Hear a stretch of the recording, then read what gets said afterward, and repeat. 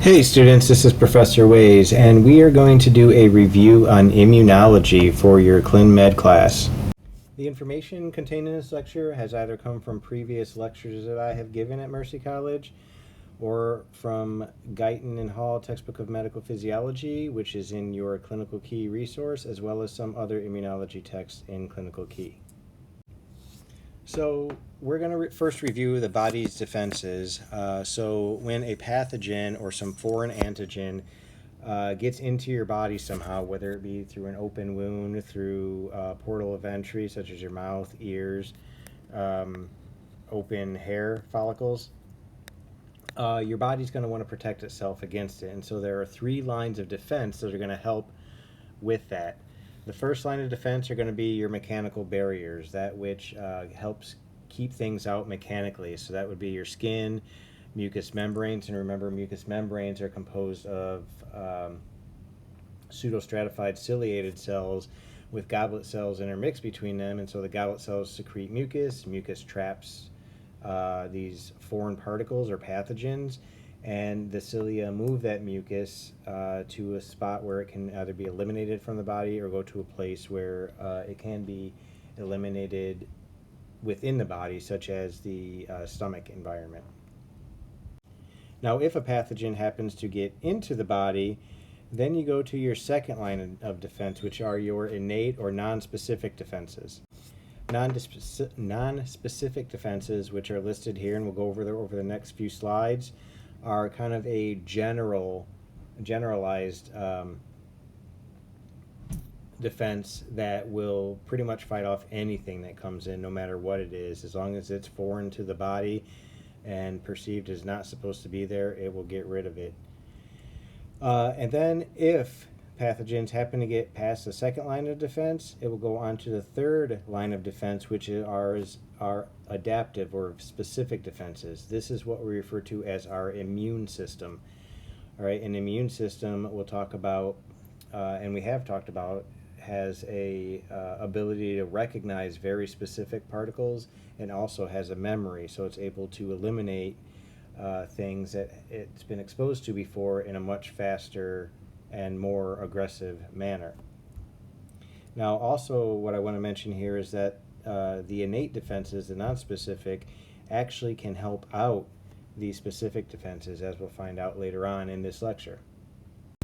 All right, so going through some of the non-specific defenses, we talked about mechanical barriers with the skin and mucous membrane, so I won't go over that anymore. We also have these cells in our body called natural killer, or NK cells. And notice that they're a type of lymphocyte, so they're related to the T cells and B cells. They come from the same lineage from the bone marrow. And what they do is non-specifically rapidly destroy foreign cells or infected cells. So by foreign cells, we could mean cancer cells, because they become foreign to the body once they become cancerous. Infected cells, such as virus-infected cells, who will start expressing proteins on the surface of host cells. And so these natural killer cells will attach to these cells and automatically destroy them based on the ability to recognize them as non-self cells and thus get rid of them quickly. Then we have our chemical barriers. All right, and chemical barriers are chemicals that our body produces that sometimes aid in normal physiology of the body, but can also help get rid of foreign particles just by the nature of the fact that they're so caustic. So one example are enzymes within body fluids, such as pepsin that's in the stomach. Remember, pepsin breaks down proteins into peptides so that they can be broken down further in the duodenum of the small intestine. But as bacteria, viruses, any other pathogen get put into the stomach, that stomach acid, the gastric acid, which is right here, as well as the pepsin, will break down the proteins within those pathogens as well, thus rendering them non-pathogenic.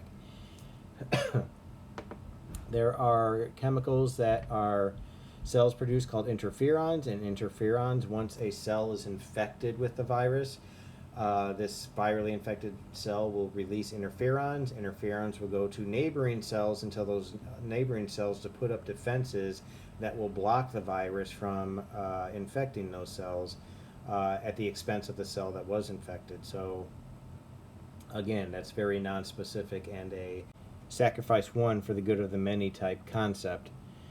And then we have toll-like receptors that recognize patterns, like repeating patterns on bacterial cell walls, and it will alert our defense mechanisms, our third line of defense, which again would be the immune system, to go into action and destroy this pathogen or antigen.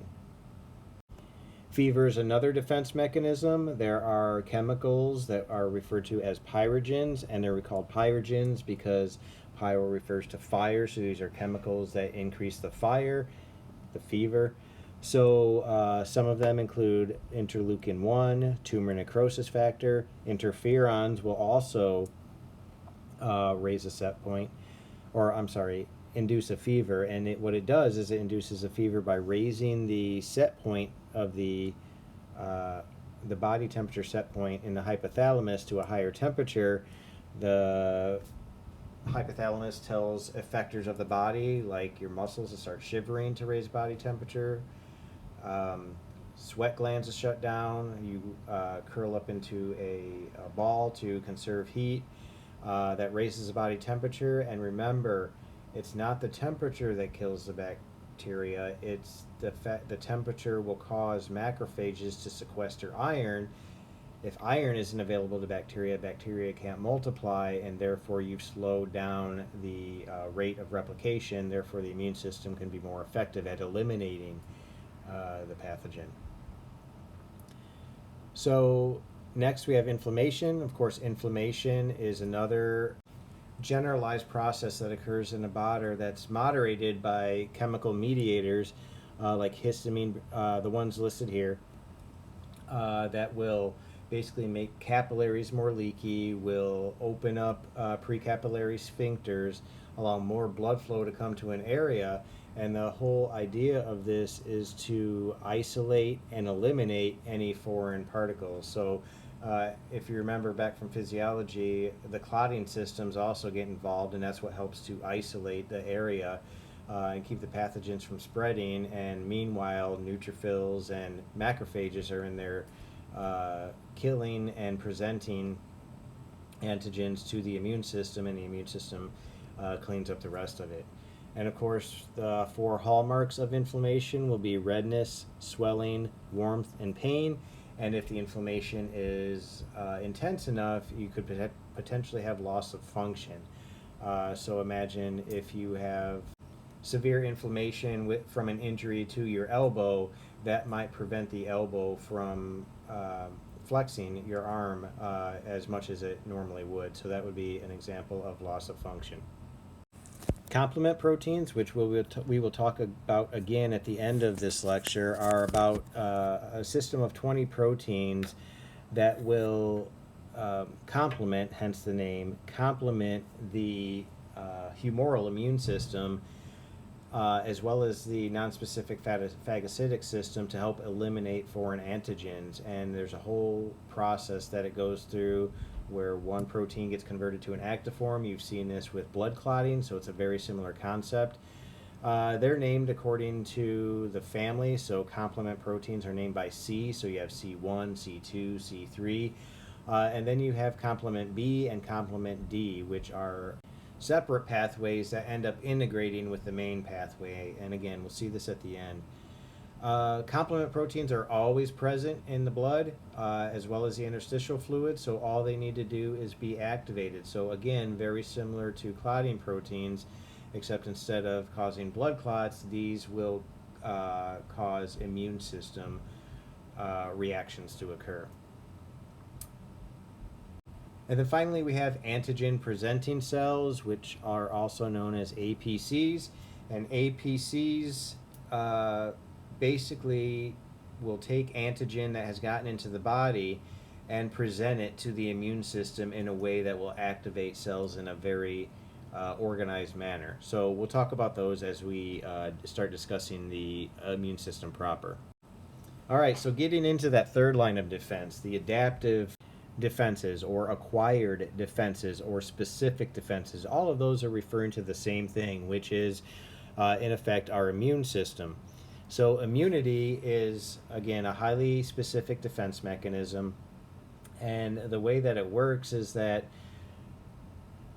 it recognizes foreign antigens, creates cells that have already been exposed to that antigen. So if you're ever exposed again, the subsequent reaction will be much faster and much stronger than the initial reaction. So that's what we mean by resistance. This is why they say if you get a cold, you never get that same cold again, because now you're resistant to that specific pathogen. So it involves resistance to a particular pathogen or its toxin. So a lot of bacteria will secrete toxic byproducts or metabolic byproducts from the bacteria. If they get lysed open, the immune system will attack those as well. All right. Anything that will trigger the immune system to respond is known as an antigen. So we're kind of use antigen as a catch-all for things as we move forward in this lecture about the immune system. So two hallmarks of the immune system are the fact that one, it's able to distinguish self molecules, in other words, those molecules that are specific to you, from non-self molecules. All right, so that's where the specificity comes in. This is why you cannot get transplants, let's say for a heart, from just anybody. The proteins that are on the surface, proteins and sugars that are on the surface of your cells, have to be a good match to those that are coming from a donor, or else your immune system is going to attack those cells and you'll reject much quicker. So specificity. The other hallmark too here is that the immune system has a memory, and we've already talked about those memory cells. Once the cells get exposed to an antigen, a certain subset go into dormancy, remember that they've been exposed to that antigen, so if they're ever exposed again, a much stronger, much faster immune response will occur. And therefore, you don't really get sick from that pathogen again. So there are two general pathways to the immune system. One is cell-mediated immunity, and as the name suggests, it's moderated by cells. So cells specifically are doing the elimination of the foreign antigen. And so these are mainly going to concern our T cells, specifically cytotoxic T cells. The other arm of the immune system is the humoral system, and humoral refers to body fluids. And so the humoral immune system typically involves B cells, and what we're going to find out is that B cells secrete antibodies, and antibodies are also known as immunoglobulins, and they're one of our plasma proteins. So they're constantly circulating inside of the blood, or what was known historically as humors, therefore humoral immunity. So real briefly, remember that all of the cells of our blood, that's red blood cells and white blood cells as well as platelets, all come from bone marrow. All right, those hematopoietic stem cells. And when those hematopoietic stem cells get a certain trigger, they will start going down a differentiating pathway. So if they start going down a differentiating pathway of T cells, well, then those cells are going to take residence in the thymus. And in the thymus, those naive T cells are going to get exposed to many different pathogens.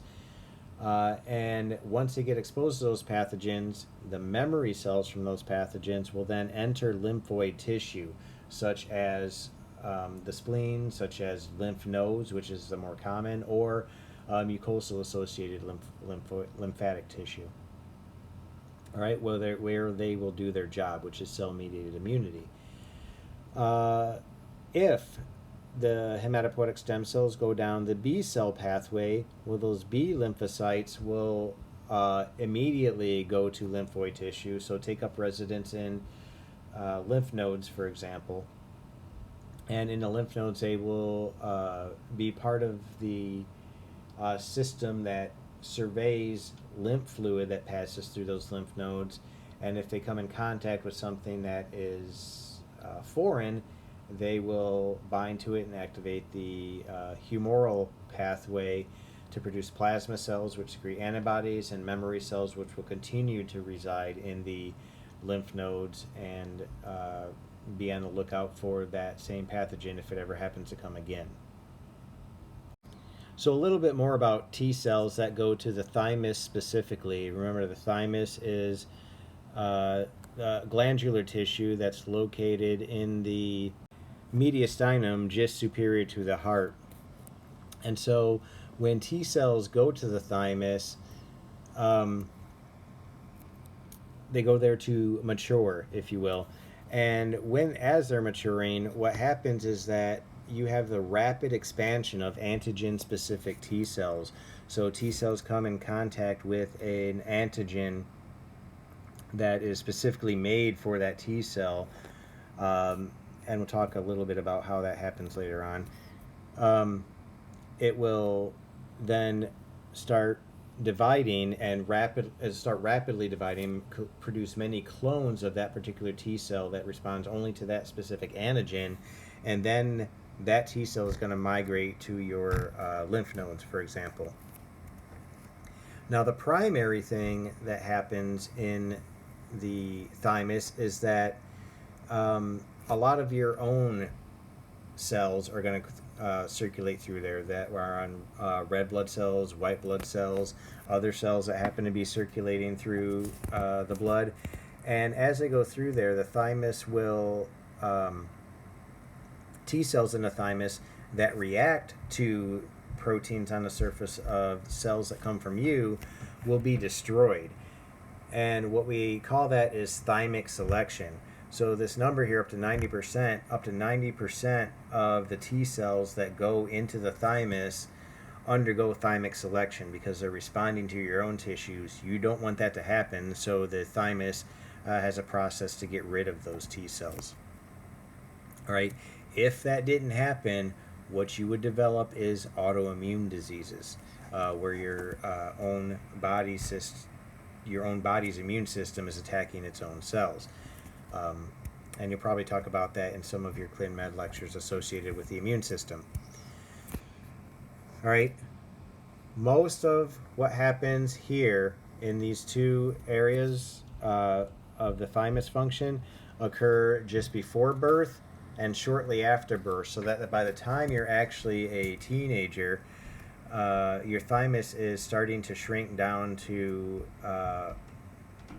almost no thymic tissue and turns into fatty tissue because it's not needed anymore. You've already selected for or against cells that will attack your own cells and have already gone through a large complement of pathogens you're going to come in contact with. All right, quick review of the types of T cells. So first of all, we have helper T cells, which are designated TH. The H is a subscript. I don't know why that happened. This particular program, again, tends to mess up the formatting on slides. T helper cells, they are really interesting because what they will do is they will help the B cells to mature, and they will also help the other type of T cell, cytotoxic T cells, to mature as well. So, really important for the function of the immune system as a whole. Now, they have a protein on them called CD4, and CD4 is it stands for cluster of differentiation 4, so we call them CD4 positive cells. And the CD4 will help bind the helper T cell to other cells in the activation process. All right, the second type are the cytotoxic T cells, which are designated T sub C. What they will do is they will destroy any cells that present foreign antigens. So that could be uh, virally infected cells, that could be cancerous cells, things like that. So if a cell appears as foreign, the cytotoxic T cells will directly destroy cells. And the antigens will be present on those cells, and that's how the T cell recognizes them. Now, cytotoxic T cells are CD8 positive, so it's that CD8 protein that will help the cytotoxic T cells bind to other cells and thus aid in the activation and killing process. CD4 and CD8 also help us identify whether it's a helper T cell or cytotoxic T cell when we're doing lab reports or lab tests. Another type of T cell that's not as well understood as the other types is a regulatory T cell, otherwise known as a suppressor T cell. And the names suggest exactly what they do. In fact, if again, that regs should be a subscript. What they do is they suppress the function of T helper cells and cytotoxic T cells so that you limit the immune response. All right, because if your immune response went on for a long period of time, remember immune cells and inflammation, which is a secondary defense, not only harm the pathogen, but they will also harm self cells in the process. So you want to moderate that response and have kind of a balance between killing off a pathogen and sparing your own tissues. Despite what it says in your IOs for this section, most of your regulatory most of your regulatory T cells are CD4 positive. There are a subset that are CD8 positive, but most of them are CD4 positive, similar to T helper cells. Finally, we have memory T cells. And memory T cells, we've talked about that several times already. Those are those cells that get produced upon exposure to a pathogen. They go into dormancy within lymphatic tissue, and they wait to be exposed again to that pathogen so that they can mount a much stronger and much faster immune response, and therefore protect you from getting sick from that particular pathogen. Back a few slides ago, when we talked about nonspecific defenses, we talked about these antigen-presenting cells, or APCs. So here's where we'll talk about them.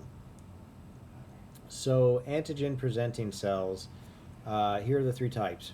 Macrophages are antigen-presenting cells, B lymphocytes, or B cells, are antigen-presenting, and dendritic cells are also antigen-presenting cells.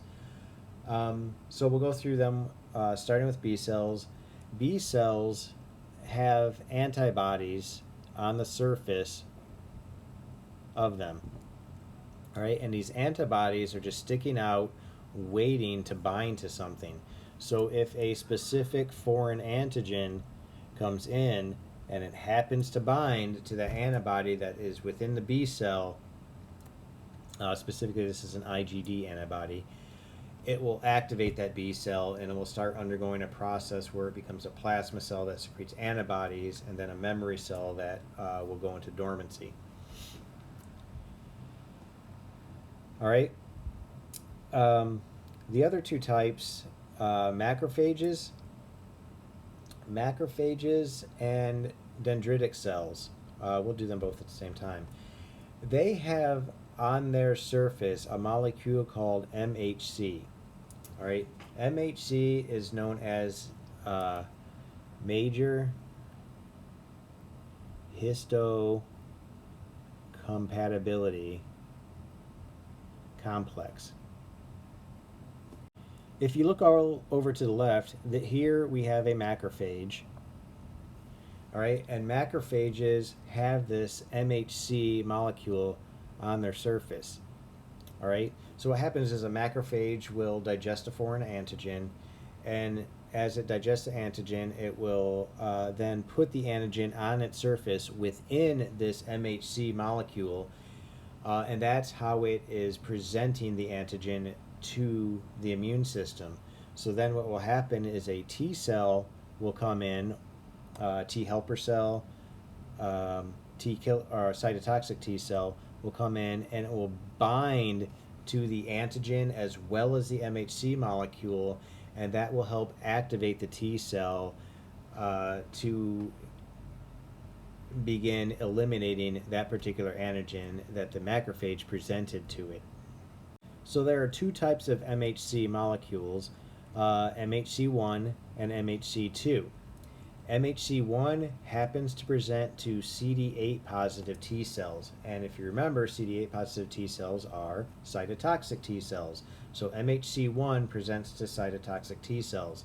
And if you look at this picture over to the left that we just went over, we'll notice that this T cell receptor on this cytotoxic T cell is CD8, and it is interacting with the antigen that's being presented by the MHC class 1 molecule. MHC class 2 presents to CD4 positive T cells, and if you remember, those are known as helper T cells. All right, so that's going to look the exact same as this looks, only you'll have CD4 here instead of CD8 and MHC2 instead of MHC1 here. And you would have a T helper cell here instead. But macrophages can present to both, because macrophages will express both MHC1 and MHC2 for T cells to get involved. It turns out that B cells will also present to T helper cells. So much like the macrophage is holding up the antigen within the MHC molecule, the B cell that's, if we look up at the top again, the B cell that's displaying that antigen will present to T helper cells, and T helper cells will then go activate that B cell to make it start differentiating into plasma cells and memory cells. So we've mentioned a lot about the fact that these T cells and B cells and macrophages and dendritic cells are involved in activation, and some of that activation comes from the fact that you have molecules like MHC class 1 and CD8 binding to each other to help activate the cells. But by and large, these immune cells are going to activate each other and stimulate other cells by releasing molecules called cytokines. All right, so cyto refers to cell, kines refers to movement. So you're getting cells to move, you're getting the immune cells to do something, which is to help eliminate the pathogen. So cytokines are, again, chemical mediators. Usually they're peptides or proteins that will aid in immune responses. And so there's several different types, and what I did is I just went down your list within your instructional objectives and just briefly go through them. So the first type are lymphokines, and lymphokines is a generic category of cytokines, and what lymphokines specifically do, lymphkines, they move lymphatic cells or lymphocytes. So what they do is they specifically activate B cells. So lymphokines activate B cells. Remember, T helper cells will activate both B cells and cytotoxic T cells. So helper T cells will activate B cells by secreting lymphokines. Some examples of lymphokines are interleukins, interferon gamma, as well as some others, but those are some of the more common ones. Another type of cytokine are interleukins or ILs. Interleukins are produced by leukocytes. Leukocytes are white blood cells. Inter means between, so these chemicals cause interactions between white blood cells. So they cause one white blood cell to act on another white blood cell. That's why they're called interleukins. And they can have a lot of different functions. We're not going to go through what the functions are, but they're numbered according to I think when they were discovered. So there to date have been up to about 17 interleukins discovered. All right, another type of cytokine is a chemokine, and a chemokine, again, chemical movement. So what chemokines do is they aid in chemotaxis. Remember, chemotaxis. Let's say you have an injured epithelial cell over here, and it starts releasing chemical mediators, chemokines, into the bloodstream, and then a macrophage or a neutrophil, for example, will pick up on that chemical signal by those chemicals binding to receptors on the neutrophil, and it will follow that chemical gradient to the site of injury, because usually a site of injury contains pathogens. So it'll follow that chemical gradient from these chemokines uh, and do its job. All right. Typically, chemokines are secreted by macrophages because they are going to be at the site of um, infection already. Epithelial cells, which are typically damaged, they will secrete chemokines, and some examples are interleukin 1. So notice interleukin 1 is a chemokine as well as a interleukin as well as a lymphokine. So a lot of these molecules that you're seeing, it can be confusing, and the fact that it's a chemokine or a lymphokine really is, in general, is not going to be as important as knowing the actual molecule itself and what it does. But the goal here is just to give you an overview of types of cytokines. Another type is CXCL8. All right. Then we have interferons or IFNs. We talked a little bit about interferons earlier with the secondary line of nonspecific defenses. These are cytokines. They have many different functions. They can have many different functions, and are secreted by many different types of cells, and I'm not going to list what they are. And there is a typo right there. They are, if you remember, those chemicals that are secreted by virally infected cells that will tell neighboring cells to put up defenses so that they don't get infected as well. Again, sacrificing that one cell for the good of the surrounding cells. So they were originally identified, these interferons, for their antiviral properties, but they are also have been found more recently to be involved in modulating immune responses, so helping those T cells and B cells do what they're supposed to do. And so when we categorize interferons, they're usually categorized into alpha, beta, gamma, and each one of those types have subtypes to them. So you have alpha 1 or beta 1 or gamma 2 subtypes. And the final cytokine you should be familiar with is tumor necrosis factor, or TNF. A big example of that is TNF alpha. Tumor necrosis factor, again, mediates acute, not again, it mediates acute inflammatory responses. So TNF is going to be really involved in inflammation as part of your nonspecific defense mechanisms. And as part of that, they're going to activate neutrophils. They're going to promote apoptosis, so tell infected cells to kill themselves, or cancer cells to kill themselves, which is how they got their name, tumor necrosis factor, as well as induce the fever response, as we saw earlier.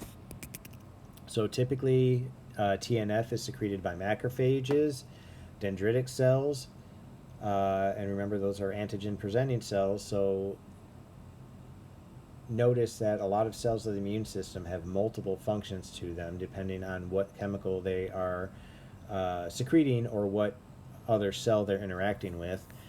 Mast cells can also secrete tumor necrosis factor. Remember, mast cells are those tissue cells that are they secrete histamine and heparin. And aid in inflammatory responses. So it would make sense that they secrete tumor necrosis factor. And cytotoxic T cells can also secrete tumor necrosis factor as part of their killing mechanism. All right, so what this slide is doing is it's trying to show you the response of helper T cells as being the middlemen of the immune system. All right, and we just talked about cytokines, so it's showing you how connecting the different cytokines to what helper T cells actually do. So if we follow this, we have a foreign antigen that's been processed by a macrophage. It could have been processed by a dendritic cell. It could have been bound to a IgD on a B cell. All right, and so it's going to then be presented to the immune system by an MHC molecule or by that IgD molecule. And if this is a T helper cell, it's going to be CD4, so that's this molecule right here that is going to bind with the MHC molecule and the antigen, and that will activate the T helper cell. Now T helper cells will then release, for example, IL-2, which will then go back and give a positive feedback for helper T cells, so it will stimulate itself to become active. And by become active, we mean it's going to start dividing and making more T helper cells that are specific just for this antigen. And then the T helper cell can release IL-2 again, as well as other cytokines that will go down the pathway of stimulating cytotoxic T cells. It can release IL-4, IL-5, IL-6, which will then stimulate B cells to divide for the specific antigen and differentiate into plasma cells, which will then secrete antibodies, as well as memory cells, which again will go dormant. Notice that T helper cells will release lymphokines that will activate suppressor T cells.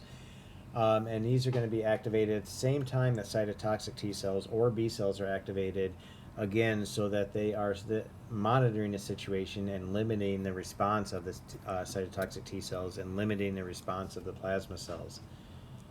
But T helper cells, and it's not shown here, can also stimulate macrophages to start accumulating by releasing the chemokines that will make a chemical gradient to the area of infection. It will activate macrophages, and it also help macrophages kill pathogens or foreign antigens much better. All right, so even though it's not on your IO list, I would be remiss not to talk about at least a couple slides of what cellular mediated immunity is. All right, so what it is let's say you have this cell. Let me use a different color. You have this cell, and it gets infected by a virus, for example, and it will start the virus, as it's shedding from the cell, will also put some of its proteins on the cell surface. So now this cell displaying viral antigens is considered a foreign cell.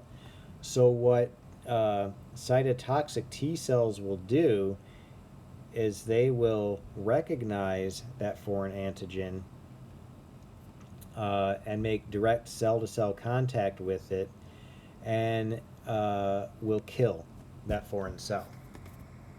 All right, remember, these are cytotoxic T cells. Cytotoxic means it's toxic to other cells, so it will kill that virally infected cell. All right, and again, as we discussed in the previous slide, you're going to have a bunch of chemical mediators released by cytotoxic T cells, as well as helper T cells, that will enhance this killing process. So examples of what cytotoxic T cells specifically would target. So we did virus-infected cells in a previous slide.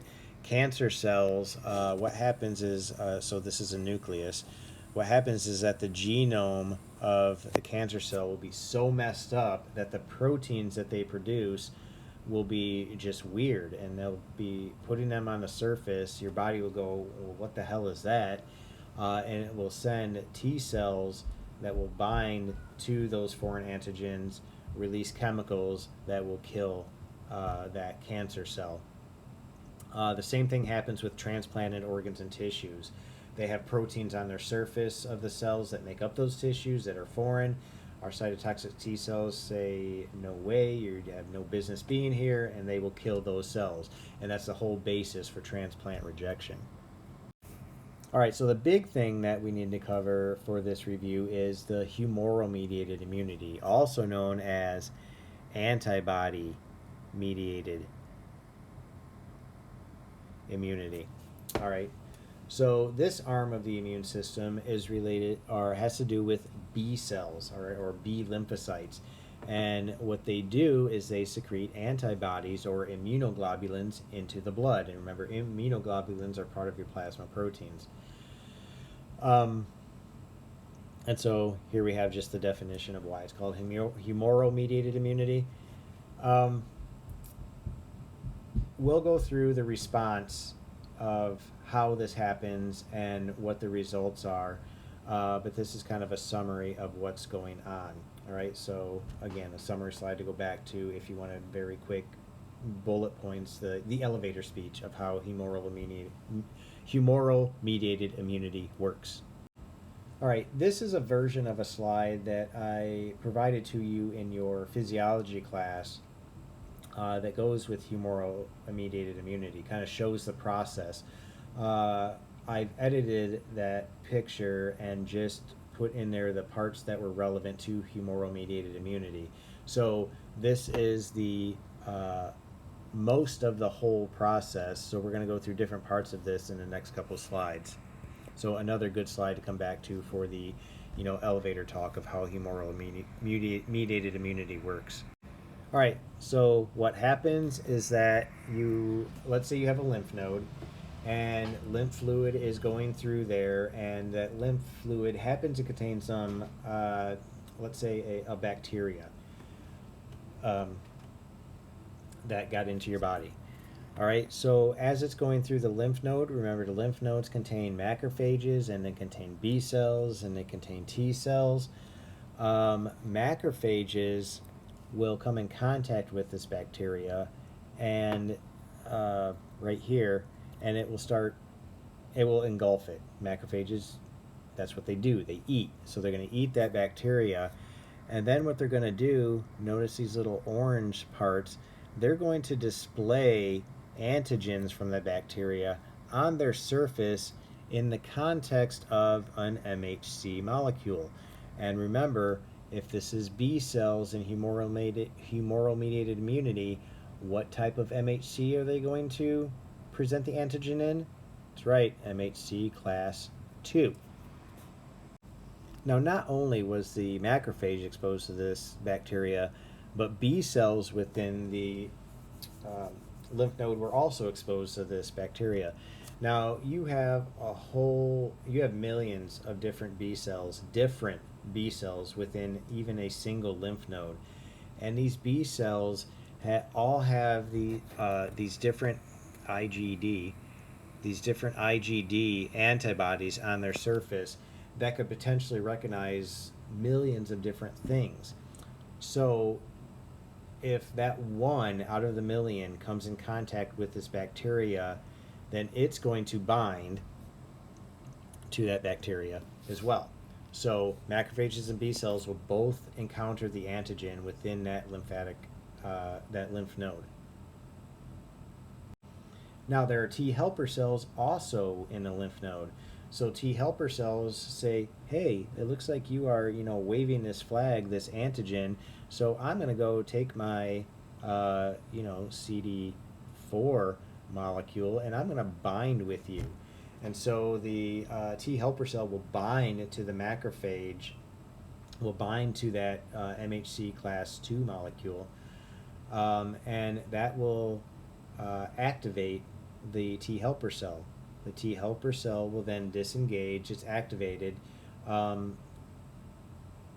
Not only is it going to start releasing cytokines to activate B cells, but it's also going to start dividing so that you have a bigger T helper cell response. All right, So it's going to release these cytokines and activate that B cell that's been exposed to the same antigen that the macrophage ate and presented to its T helper cell. All right, and then that B cell is going to become activated. By activating the B cell through the action of those cytokines, the B cells will do two things. One, they're going to start to differentiate. So they're going to differentiate into, so here would be, this one didn't get activated, this one didn't get activated, this one did get activated by the T helper cell. And so it's going to differentiate into plasma cells that will begin secreting antibodies. But it's also going to differentiate into memory cells, which will continue to reside in that lymph node. Some of those memory cells may actually get out and go to other lymph nodes as well. So that if that memory cell ever contacts that foreign antigen again, it's not going to need a macrophage to present the antigen. It's not going to need a T helper cell to activate it. It's going to automatically become active, and it's going to immediately differentiate and start dividing into many plasma cells, and that's why the response is so much faster and so much stronger than what you see with the primary immune response, going through the pathway of presentation, activation, T helper cells getting involved. All right, so those plasma cells will then start becoming antibody producing factories. So this IgD molecule that originally recognized the foreign antigen will be the basis for producing IgM and IgG molecules, and those are the type that are secreted, will bind antigen and help eliminate it from the body.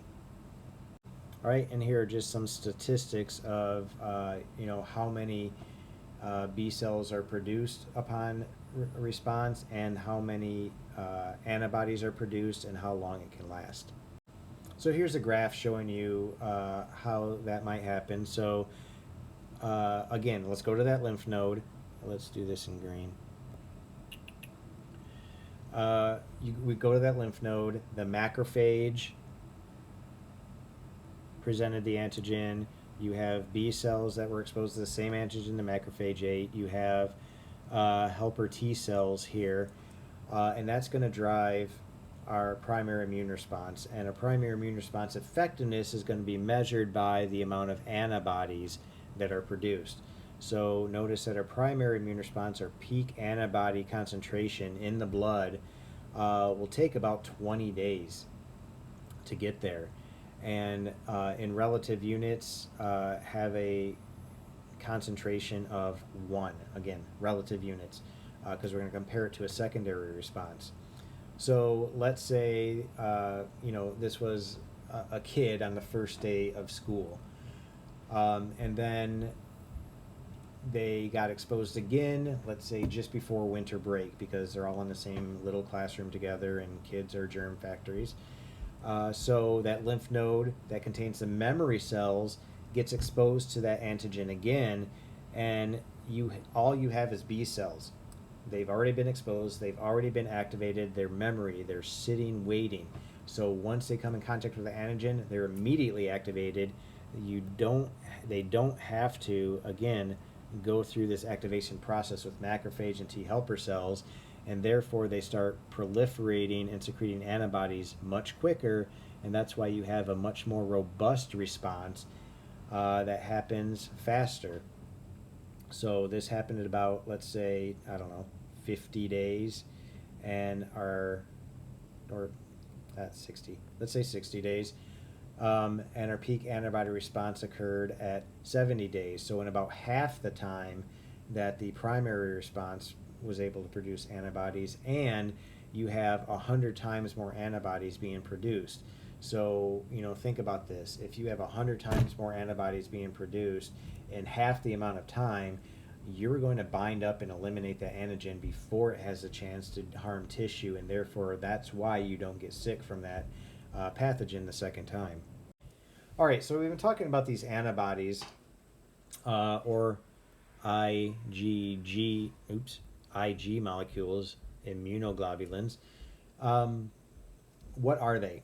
So they are proteins by nature, and they are made of 4 polypeptide chains.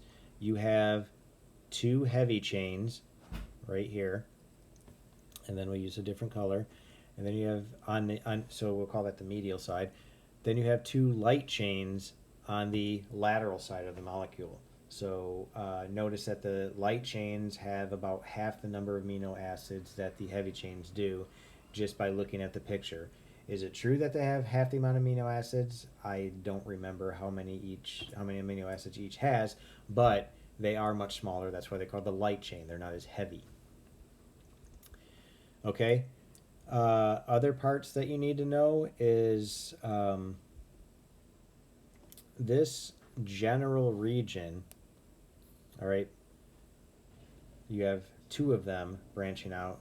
Those are called the variable regions or variable portion. Now, those variable regions are also called FAB regions because they are the AB antigen binding regions. So FAB stands for the antigen binding region. All right. And remember when I said on a few slides ago that each B cell that is within there are millions of B cells within a lymph node, and each one of those B cells are displaying different IgD molecules. The difference is in this variable region. So they are all have different they're all capable of binding different antigens. All right, so that's what makes up the variability difference amongst all the antibodies. The other region down here that contains just heavy chains. So notice the variable region is composed of a heavy chain and a light chain, whereas the constant region down here is just heavy chain. So the constant region is also known as the FC region, C standing for constant. It's constant because if you have IgD molecules, the constant region of all the IgD molecules is going to be exactly the same. The constant region of all IgG molecules is going to be exactly the same. The constant region of all IgA molecules is going to be exactly the same. So the constant region is what makes the antibody an IgD then, or an IgA. All right, and that constant region determines what the antibody does. All right, so another thing to notice about this before we go on to the next slide and look at the different types, notice antibodies generally have this Y shape where you have one arm making up the constant region and 2 arms making up the variable or antibody or antigen binding regions. So if we look at just one antibody with that Y shape, it's actually capable of binding 2 antigens. All right, are those 2 different antigens? No, they're both the same antigen because one antibody is going to bind the same antigen. All right, one antibody is not going to have 2 different variable regions. Each antibody is going to have the same variable regions on both arms. All right, so the antibody types that you'll run across, or antibody classes. Let's start with IgG, actually, because that's going to be the most abundant. That's going to be what you're going to be most familiar with. IgG, and that makes up 75% of all of the immunoglobulins. So it's the most popular, it's the most widespread, it's the most effective one. It does the jobs that antibodies do when you think about it. And you're going to find that in blood, your tissue fluid, because capillary permeability. And IgG is going to have that prototypical shape. So here you have IgG. You have one arm, a different arm. Both of those are going to recognize the same antigen. And here's the constant region, and that would be a G constant region. Okay. IgG is going to be primarily involved in your secondary immune response. So when B cells, memory B cells, get activated, again, when memory B cells get activated, they're going to start producing IgG molecules as their primary antibody, and that's what that secondary immune response is going to be based off of. Although you will see some IgG in a primary immune response as well.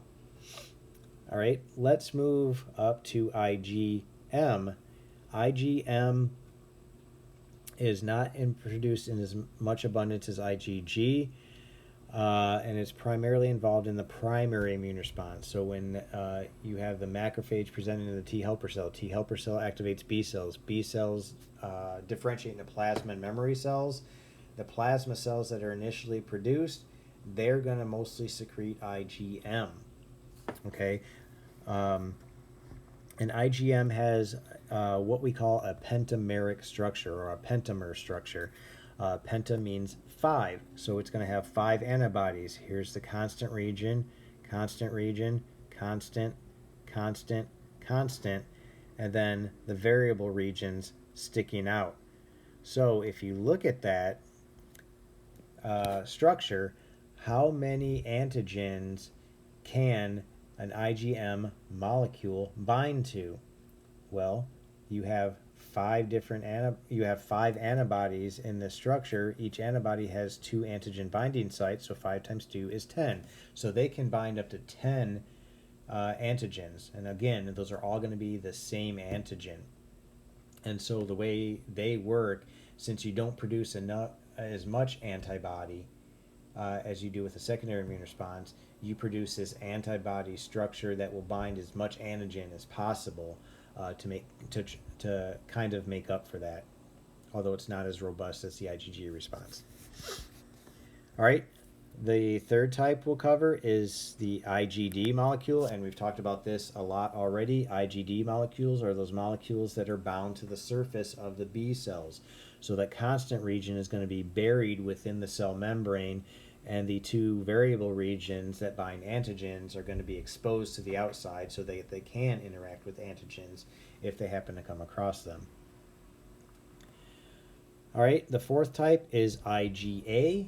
IgA will be found in exocrine secretions. Remember, exocrine, you're secreting into body surfaces through ducts. All right, so you can find IgA in breast milk. You can find IgA in tears from lacrimal glands. IgA is a little bit weird. Its primary structure is going to be a dimer. Dimer means you have 2 antibody molecules. And so IgA can also exist as monomers, and it can also exist as a polymer, which is multiple IgA molecules together, similar to what you'd see with IgM. But primarily it's a dimer, right? Dimer, 2 antibody molecules. And so it can bind a maximum of 1, 2, 3, 4 antigens. Okay?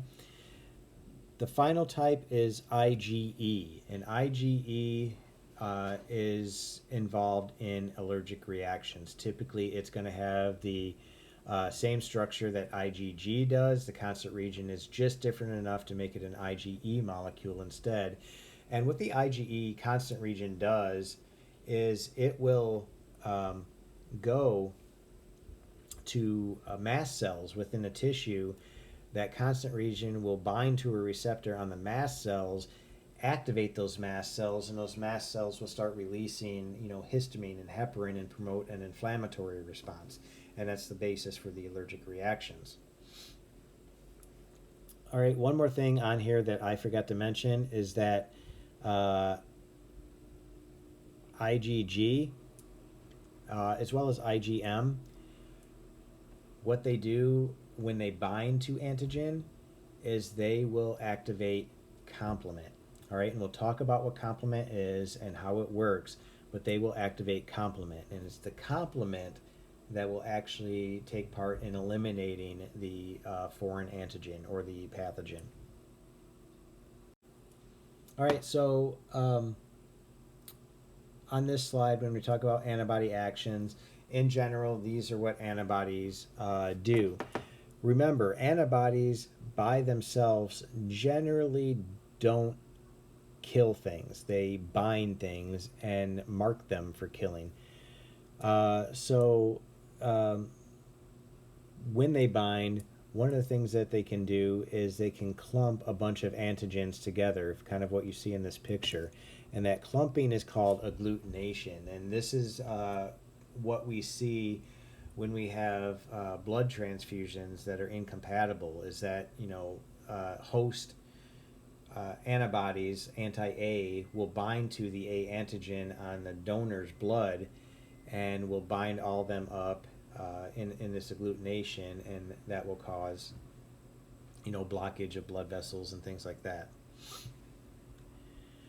All right, another thing that antibodies will do is that they will cause precipitation. So if you have a bunch of antibody antigen complexes that become really large, they become insoluble, and you can actually see them. They'll precipitate out of solution. And again, if this is in your blood and things are big and precipitating out of solution, they're going to cause blockages in blood vessels, and that can be a major problem. Antibodies, primarily when we think about them neutralizing. So what they're going to do is they're going to cover enough of the antigen or the pathogen to render it neutral. It's not going to cause any effect in the body because you have so many things binding on it. And finally, lysis can be another antibody action. Remember, lysis is the rupturing of a cell. Okay, certain antibodies can sometimes directly attack membranes and cause the membranes to rupture, thus directly killing a cell. These are not as in as much abundance, and the phenomenon isn't really that common or understood, but it is a potential action of an antibody. All right, but by and large, antibodies work to eliminate the foreign antigen or pathogen by activating what's called the complement system. And remember, the complement system complements the actions of T cells and B cells in helping to eliminate the pathogen.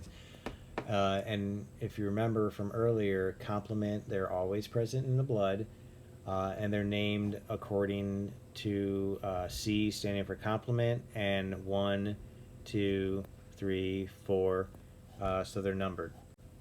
And again, earlier we kind of made a parallel with complement proteins to clotting pathways.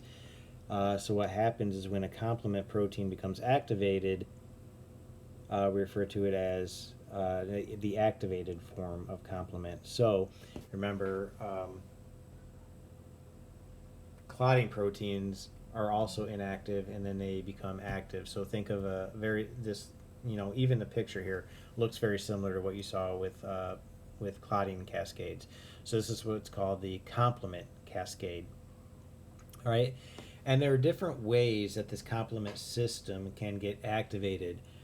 The primary way is called the classical pathway, or the pathway that's most understood.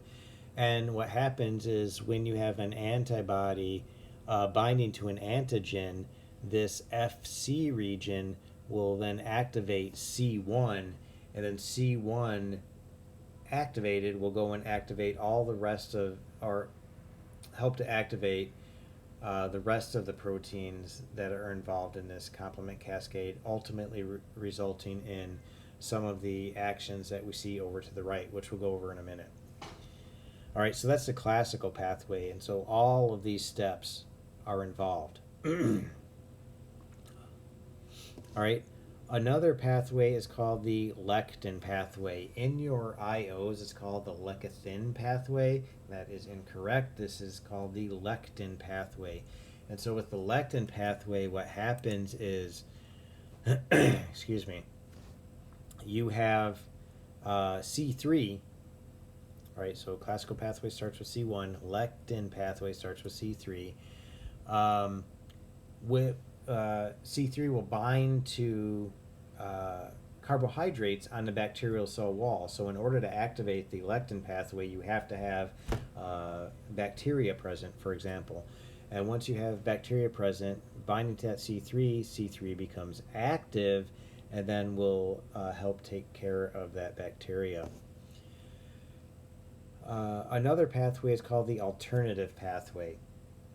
And the alternative pathway involves complement proteins B and complement proteins D. All right, so complement proteins B and D will be bound to complement protein 3. And when that complex of C3, B, and D encounter a toxin that's secreted by the bacteria, or encounters a virally infected cell, or encounters like dialysis tubing or some of the bypass tubing that you see in coronary bypass surgeries, it will activate that cascade and cause an immune response. Okay, so the alternative pathway is generally triggered by foreign surfaces through the complement B, D, and C3. All right, and then finally, the last pathway is called the membrane attack complex pathway. And notice that that involves these activated complement proteins C5b, C6, C7, C8, and C9. And what the membrane attack complex does is it basically puts holes inside into infected cells, let's say a virally infected cell or a cancerous cell, and it will cause that cell to basically lyse. All right, so membrane attack complex puts complement proteins into the cell, makes a pore, causes them to lyse. So what do these complement pathways do? So the classical pathway, notice it goes all the way through, but at different points, here or here or here or at the end, it can cause a different outcome. Okay, so one of the outcomes is opsonization of bacteria.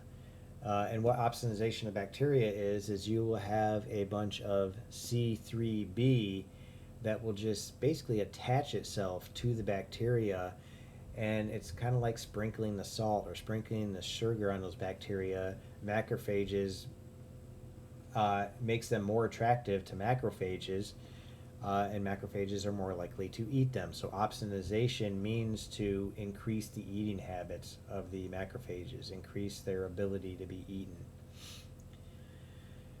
All right.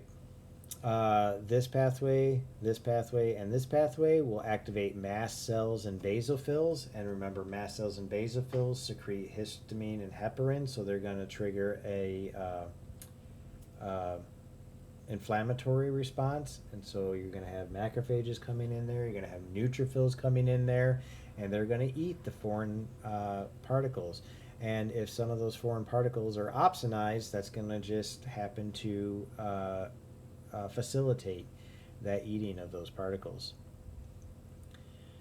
C5b and C5a specifically is involved in the chemotaxis of white blood cells. So you can go back to a previous slide. The chemokine C5a would be a chemokine, so it's going to attract white blood cells to the area of infection through a chemical gradient. So if you forgot how that works, go back and look at that previous slide in this lecture recording, for how that process works. And then finally, again, we talked about the membrane attack complex all the way at the end of the classical pathway, at the end of the lectin pathway, at the end of the alternative pathway, basically poke holes in cell membrane and cause them to lyse. So this is what the two things we mentioned earlier, the membrane attack complex, or MAC, and opsonization kind of look like. So you notice you have this complex of C5b, C6, C7, C8, and C9, a bunch of C9s that will, these proteins right here will be involved in the guiding of C9 to the area where you want to make a pore. And once this pore is inserted into the cell membrane, the lipid bilayer of the, let's say, virally infected cell, then that's going to allow all the contents that are inside the cell to either come out, or all the contents that are outside of the cell to come in, thus making the cell bigger and rupture it, okay, or lyse. All right, and then finally, opsonization. So right here is a bacteria. What you do is you cover that bacteria in C3b. The macrophage says, oh, hey, this is something that I need to eat because it's covered in like all this nice salt or this nice sugar, the seasoning. It's got this nice seasoning on it. So it's going to go eat that bacteria because it has this nice seasoning on it, and therefore you got rid of the bacteria. And what happens when the macrophage eats bacteria? Breaks it up into sugars, proteins, amino acids, nucleotides, and then exocytoses them back out, so that it can be used by the body, or it will use it themselves, recycle macronutrients. All right, so that is the end of our immunology review. As I always tell you guys, if you have questions, feel free to contact me. You know where I live. So let me know if you have any questions, and I hope this helps you with the rest of your material in Clin Med.